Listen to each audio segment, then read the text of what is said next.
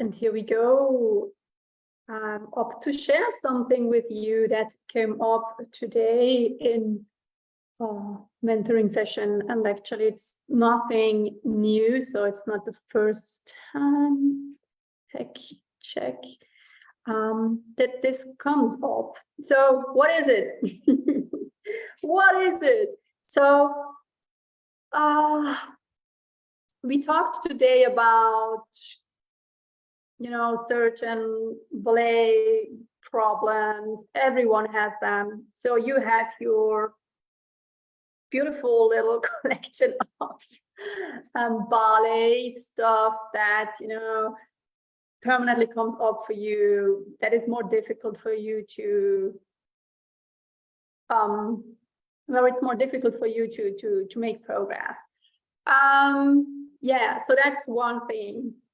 And what came out today is that often people have huge difficulties to name the problem.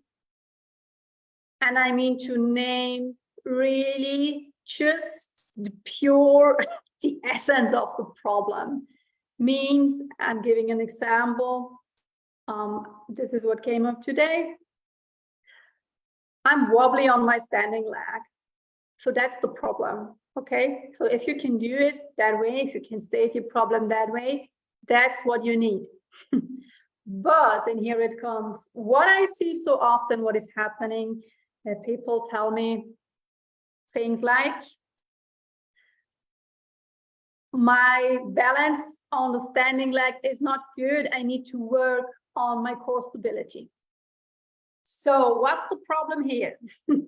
The problem is that they weave already in the solution or what they need to do to solve the problem. And now you could say, okay, that's awesome if they already know what to do. The problem is, and I see this again and again, and sometimes people tell me the weirdest stories in my perspective. They tell me, I cannot do this because of X, Y, Z, and there comes a whole bunch with it, yeah? Those are all assumptions, people. What I do the first time is when someone comes and tells me about their, beautiful schedule, map, whatever they made, and they share with me, look, this is what I want to work on, or this is my problem, if they, talk to me. There are so many stories in that already that makes it so noisy and that makes it so overwhelming, yeah? And those stories are all assumption, and those stories, and I understand those stories are all, corrections you collected over decades of ballet, corrections you got, and then you make your mind up and you just tell yourself all kinds of stories. And here comes my perspective to that. 99% of those stories are just not true. Just not true. You think you need to work on your core stability to improve that, but it's not true. It's just something you picked up somewhere, and it's not true. Maybe you did not have the whole context of it. Maybe that correction was good, but not yours at this time. Maybe, I don't know, maybe it was anatomical bullshit anyways. And I have this often, people. There is so many advice out there. And let's be honest here, it's just bullshit. It's just really not true from an anatomical perspective. Okay, so that's it. So my advice for you is, actually you could practice that, to really make a reboot, to delete all the assumptions you have about your body. And here comes the next step that makes it hopefully obvious. Those assumptions are mostly, they were created in your mind. You heard in theory something that makes sense to you, and then you just adopted that thought. But you did not check in with your body. You did not ask your body, is this true for you? Is this helpful for me? No, you did not. So what I do with my mentees, with my dancers, is we don't assume anything, yeah? We always check in immediately with the body. What is the body's response? What is coming back, yeah? How does this correction, this input, this advice land in my body? And then we see if we want to stick to it, okay? And then we can, then we know if we're on the right path, then we can just continue and refine and you know, adjust and customize and whatever. Yeah, so really remove all the stories that you do not have evidence for, okay? Just know, just because someone said you need to do this to achieve that doesn't mean that this is your truth. And we know this. So in other areas, we know this, that we're more, you know, prepared to be more careful in what we pick up and what not. But it seems, especially in ballet, we're so used to, you know, follow all the corrections that are out there. And that's not wrong. Mostly I see that people are just grateful and thankful that they get corrections. It's like, so mostly the discussion I see about correction is that people tell you, be grateful for every correction. No. Be grateful for the corrections that are made for you and that help you. Okay, just more corrections are not better. They can absolutely lead to absolute overwhelm.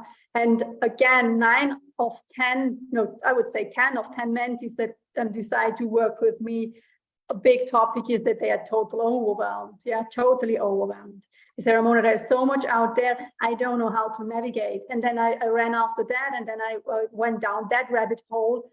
But in the end, it turned out it didn't help. Yeah, so stop here. How to prevent to go down the route, the rabbit hole, and then 2 years later you find out that was not yours. Check in with your body now and see how it lands. And then you have direct feedback, and then you know, do we want to continue with that? Yes or no? It's very simple. Yeah. Yeah. So take yourself more serious here and listen and trust.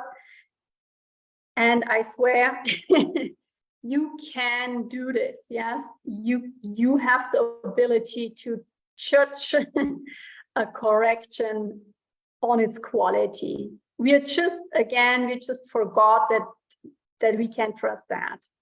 But mostly a bullshit correction feels bullshit in your body. And you know, so my people commented, and Ramona, I know I should do X, Y, Z, but it never felt good to me. And then my answer is, but why do you stick to it? You don't need to.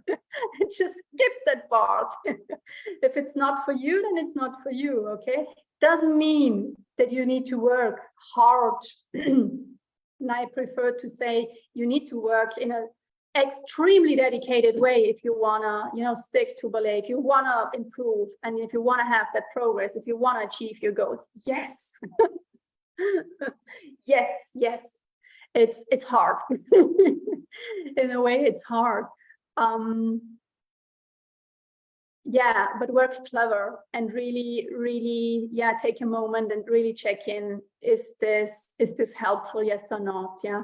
And again, if it feels good in your body, it's helpful. So you can figure it out. You sense that in that very moment if it's helpful. Yeah. Does it improve your quality, your movement quality? Yes or no? Just right now in the moment. And if you maybe, I don't know, we all have teachers or had teachers, some of us more often, yeah.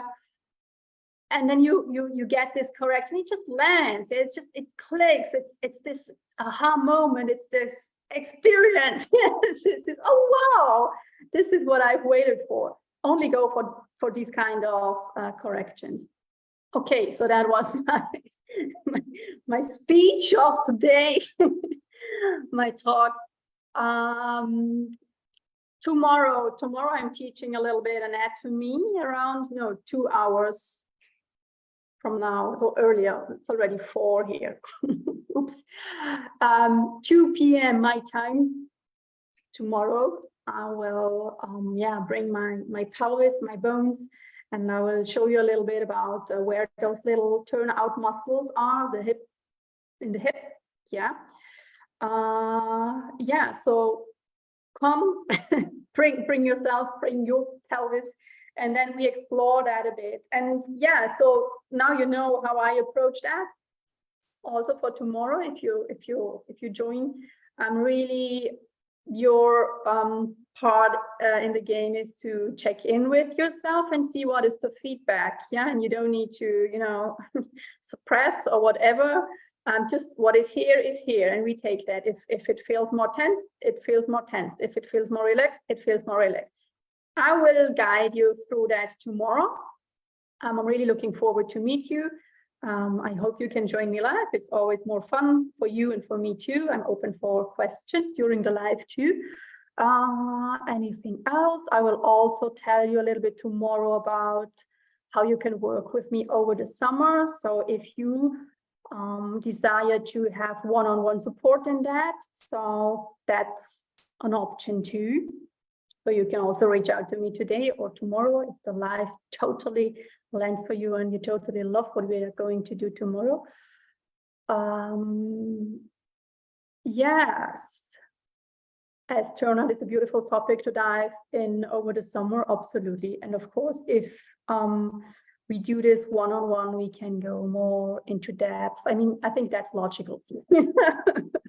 It's a different kind of work we can create when we do this in an intimate one-on-one setting. Yes, okay, but I will tell more about that tomorrow. And that's it. I think that's it. If this resonates with you, if you have questions to what I just shared, also let me know in the comments. I also have in mind that I want to have a little bit more an interactive setting here on all my platforms, actually. So I will train you to interact more with me, not because of me, because of you. This is actually something I do since I started to teach.